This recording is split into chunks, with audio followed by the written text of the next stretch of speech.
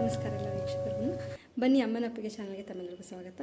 ಇಂದು ನಾವು ಎದೆ ಹಾಲನ್ನು ನೋವುರಹಿತವಾಗಿ ಕೈಯಿಂದ ಯಾವ ರೀತಿ ತೆಗೆಯೋದು ಅಂತ ಕಲ್ತ್ಕೊಳ್ಳೋಣ.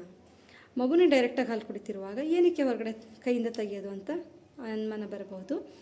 ಯಾವ ಮಗು NICUನಲ್ಲಿ ಅಡ್ಮಿಟ್ ಆಗಿರುತ್ತೋ ಅಂಥ ತಾಯಿ ಎದೆ ಹಾಲನ್ನು ತೆಗೆಯುವ ಅನಿವಾರ್ಯತೆ ಇರುತ್ತದೆ. ಜೊತೆಗೆ ಯಾವ ಮಗುವಿನ ತೂಕ ತುಂಬ ಕಡಿಮೆ ಇರುತ್ತೆ, ಇನ್ನೂ ಸಕ್ ಮಾಡಲಿಕ್ಕೆ ಶಕ್ತವಾಗಿರೋದಿಲ್ಲ ಅಂಥ ತಾಯಂದರು ಕೂಡ ಎದೆ ಹಾಲನ್ನು ತೆಗೆದು ಕುಡಿಸ್ಬೇಕಾಗತ್ತೆ. ನಂತರ ವರ್ಕಿಂಗ್ ವುಮೆನ್ಸ್ ಯಾರು ಅತಿ ಬೇಗ ಅಂದರೆ 6 ತಿಂಗಳಿಗಿಂತ ಮೊದಲೇ 3 ತಿಂಗಳು 7 ತಿಂಗಳಿಗೆ ಕೆಲಸಕ್ಕೆ ಹೋಗಬೇಕಾಗತ್ತೆ, ಅಂಥ ಸಂದರ್ಭದಲ್ಲೂ ಕೂಡ ಎದೆ ಹಾಲನ್ನು ಹೊರಗಡೆ ತೆಗೆಯುವ ಅನಿವಾರ್ಯತೆ ಇರುತ್ತೆ. ಇದ್ರ ಜೊತೆಗೆ ಇನ್ನೊಂದು ಬ್ರೆಸ್ಟ್ ಎಂಗಾರ್ಜ್ಮೆಂಟ್ ಅಂತ ಹೇಳ್ತೀವಿ, ಎದೆಯ ಬಾವು ಅಂತ ಹೇಳ್ಬಿಟ್ಟು ತುಂಬ ಸೆಕ್ರೇಷನ್ ಇದ್ದಾಗ, ಹಾಲು ತುಂಬ ಜಾಸ್ತಿ ಇದ್ದಾಗ, ಮಗುಗೆ ಅಷ್ಟೊಂದು ಅವಶ್ಯಕತೆ ಇಲ್ಲದೆ ಇದ್ದಾಗ ಎದೆಲಿ ಹಾಲು ತುಂಬಿಕೊಳ್ಳುತ್ತೆ. ಆವಾಗ ಅದು ಎನ್ಗಾರ್ಜ್ ಆಗುತ್ತೆ, ಎದೆ ಬಾವು ಬಂದಂಗಾಗಿ ಎದೆ ನೋವು ಬರುತ್ತೆ, ಜೊತೆಗೆ ಜ್ವರ ಎಲ್ಲ ಬರಲಿಕ್ಕೆ ಶುರುವಾಗುತ್ತೆ. ಅಂಥ ಸಂದರ್ಭದಲ್ಲೂ ಕೂಡ ಎದೆ ಹಾಲನ್ನು ಹೊರಗಡೆ ತೆಗಿಬೇಕಾಗತ್ತೆ. ಹಾಗಿದ್ರೆ ಬನ್ನಿ ಮ್ಯಾನ್ಯುವಲ್ ಎಕ್ಸ್ಪ್ರೆಷನ್ ಅಂದರೆ ಕೈಯಿಂದ ಯಾವ ರೀತಿ ತೆಗೆಯೋದು ಅಂತ ಕಲ್ತ್ಕೊಳ್ಳೋಣ. ನೋಡಿ, ಎದೆ ಚಿತ್ರ ನಿಮಗೆಲ್ಲರಿಗೂ ಗೊತ್ತಿದೆ. ಫಸ್ಟು ಎದೆಗೆ ಈ ರೀತಿ ರೌಂಡ್ ಮಸಾಜನ್ನು ಮಾಡಬೇಕಾಗತ್ತೆ. ನೋಡಿ, ಅದು ಫೇಶಿಯಲ್ ಎಲ್ಲ ಮಾಡಿಸುವಾಗ ಮಾಡ್ತಾರಲ್ಲ ಆ ರೀತಿ ರೌಂಡ್ ಮಸಾಜನ್ನು ಮಾಡಬೇಕಾಗತ್ತೆ. ಒಂದು 3 ನಿಮಿಷ ಈ ಥರ ರೌಂಡ್ ಮಸಾಜ್ ಮಾಡಿಬಿಟ್ಟು ನಂತರ ಫಿಂಗರ್ ಟಿಪ್ಸಿಂದ ನೋಡಿ ಎದೆ ಸುತ್ತ ಈ ಥರ ಮಸಾಜ್ ಮಾಡಬೇಕು. ಇದೊಂದು 3 ನಿಮಿಷ, ಇದೊಂದು 2 ನಿಮಿಷ, 5 ನಿಮಿಷ ಆಗುತ್ತೆ. ನಂತರ ಎದೆಯ ಈ ಭಾಗದಲ್ಲಿ ಇಟ್ಕೊಂಡ್ಬಿಟ್ಟು ತೊಟ್ಟಿನ ಮಧ್ಯಭಾಗದಲ್ಲಿ ಇಟ್ಕೊಂಡು ಈ ಥರ ಸ್ಟಿಮ್ಯುಲೇಟ್ ಮಾಡಬೇಕಾಗತ್ತೆ. ಇದನ್ನು ಮಾಡಿದ ನಂತರ ಒಂದು ಬೆರಳು ಕಪ್ಪು ಭಾಗದ ಮೇಲೆ, ಇನ್ನೊಂದು ಬೆರಳು ಕಪ್ಪು ಭಾಗದ ಕೆಳಗಡೆ ಈ ಥರ ಇಟ್ಕೊಂಡು ಜಸ್ಟ್ ನೋಡಿ ಈ ಥರ ಮಾಡಿ ಸ್ಕ್ವೀಸ್ ಮಾಡೋದು, ಬ್ಯಾಕ್ ಹೋಗೋದು, ಸ್ಕ್ವೀಸ್ ಮಾಡೋದು, ಬ್ಯಾಕ್ ಹೋಗೋದು, ಸ್ಕ್ವೀಸ್ ಮಾಡೋದು. ಈ ಥರ ಮಾಡೋದ್ರಿಂದ ಎದೆ ಹಾಲನ್ನು ಹೊರಗಡೆ ತೆಗಿಬೋದು. ಈಗ ಮಾಡುವಾಗ ಏನಾಗುತ್ತೆ, ಡ್ರಾಪ್ ಬೈ ಡ್ರಾಪ್ ಬರ್ತಾ ಹೋಗುತ್ತೆ, ನಂತರ ಎದೆ ಹಾಲು ಚೆನ್ನಾಗಿ ಬರ್ತಾ ಹೋಗುತ್ತೆ. ನಂತರ ಬೆರಳನ್ನು ಈ ಥರ ಪಕ್ಕದಲ್ಲಿ ಸರಿಸ್ಕೋಬೇಕು. ಈ ರೀತಿ ಸುತ್ತ ಭಾಗದಲ್ಲಿ ಎದೆ ಹಾಲನ್ನು ಶೇಖರಣ ಹೊಂಡ ಇಲ್ಲಿದೆ ಅಂತ ಹೇಳಿದ್ದೀನಿ ನಾನು. ಈ ಸುತ್ತ ಭಾಗದ ಹಾಲನ್ನು ತೆಗಿಬೇಕಾಗತ್ತೆ. ನೋಡಿ, ಬಟ್ ನೆಕ್ಸ್ಟ್ ಹೌದಾ, ಈ ಥರ ಸುತ್ತ ಬೆರಳನ್ನ ಚೇಂಜ್ ಮಾಡ್ತಾ ಹೋಗಬೇಕು. ತುಂಬ ಸರಳವಾಗಿದೆ ಇದು, ಮತ್ತು ನೋವಾಗೋದಿಲ್ಲ, ಆರಾಮಾಗಿ ಹಾಲು ತೆಗಿಬೋದು. ನೋಡಿ, ಈ ಥರ ಪೂರ್ತಿ ಈ ಥರ ಎಲ್ಲ ಮಾಡಬಾರ್ದು. ಈ ಥರ ಮಾಡೋದ್ರಿಂದ ಎದೆನಲ್ಲಿ ರ್ಯಾಷಸ್ ಆಗ್ಬೋದು ಅಥವಾ ನೋವು ಬರುತ್ತೆ, ಮತ್ತು ನಿಪ್ಪಲ್ ಡ್ಯಾಮೇಜ್ ಆಗ್ಬೋದು. ಕೊನೆಯ ತನಕ ಈ ಥರ ಹಿಂಗೆ ಮಾಡಬಾರ್ದು. ಜಸ್ಟ್ ನೋಡಿ ಈ ಥರ ಬೇಬಿ ಸಕ್ಕಿಂಗ್ ಯಾವ ಥರ ಇದೆಯಲ್ಲ ಅದೇ ಥರ ಇದು ನಮಗೆ ವರ್ಕ್ ಆಗುತ್ತೆ. ಈ ತೆಗಿತಾ ತುಂಬ ಫಾಸ್ಟಾಗಿ ಮೊದಲು ಅರ್ಧ ಗಂಟೆ ತೆಗಿಯೋರು 20 ನಿಮಿಷ 15 ನಿಮಿಷಕ್ಕೆ ಹಾಲನ್ನು ತೆಗಿತಾ ಹೋಗ್ಬೋದು. ದಿನಕ್ಕೆ ಎಷ್ಟು ಸಾರಿ ಬೇಕಿದ್ರು ತೆಗೆದ್ರು ಕೂಡ ಇದು ನೋವಾಗೋದಿಲ್ಲ.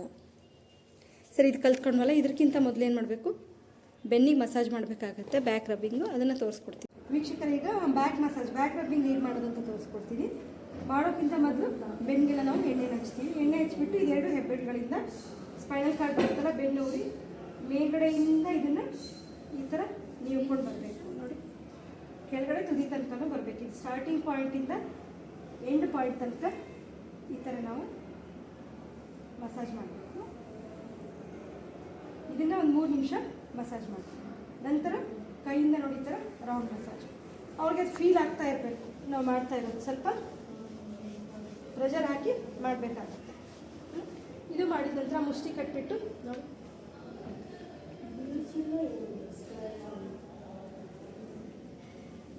ಈ ಥರ ಮಾಡ್ತೀವಿ. ನಂತರ ಕೈಯ ಎಡ್ಜಸ್ಸಿಂದ ನೋಡಿ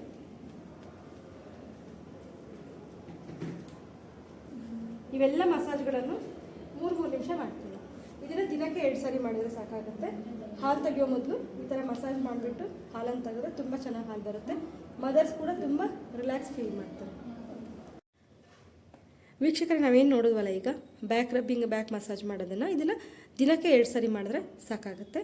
ಆದರೆ ಹಾಲು ತೆಗೆಯುವಾಗಿಲ್ಲ ನಾನು ಎದೆಗೆ ಮಸಾಜ್ ತೋರಿಸ್ಕೊಟ್ಟಿದ್ದಿಲ್ಲ, ಅದನ್ನು ಮಾಡಲೇಬೇಕು. ಇದನ್ನು ದಿನಕ್ಕೆ 2 ಸಾರಿ ಮಾಡಿದ್ರೆ ಸಾಕು. ಇದರಿಂದ ದೇಹ ಸಡಿಲಗೊಂಡಂಗೆ ಆಗುತ್ತೆ ಮತ್ತು ತಾಯಿ ತುಂಬ ಕಂಫರ್ಟಬಲ್ ಫೀಲ್ ಮಾಡ್ತಾರೆ.